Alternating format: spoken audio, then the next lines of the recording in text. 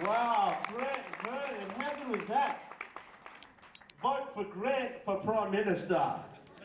How good was that speech, Grant? Fantastic, fantastic. Well, I've been asked today to MC, but also to share with you guys a little bit of my real life story, yeah? So you'll get an idea as to how a kid born in war-torn Vietnam ends up on the grand final of Dancing with the Stars. It's a cool story. So my father and my uncles fought alongside Aussie soldiers in the Vietnam War.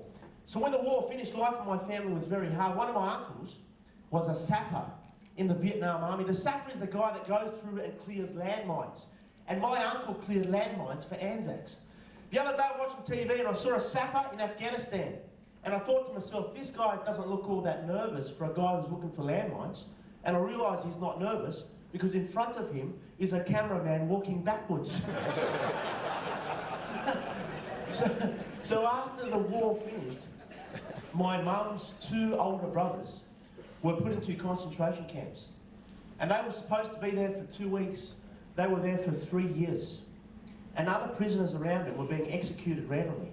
So mum's really worried about her brothers. So what happens? My father, a 25-year-old Vietnamese kid, he goes and he steals a high-level communist soldier's uniform and paperwork.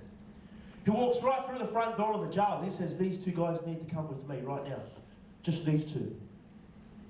They let my uncles go. True story, my father pulled off one of the greatest rescues in the Vietnam War with another guy's ID.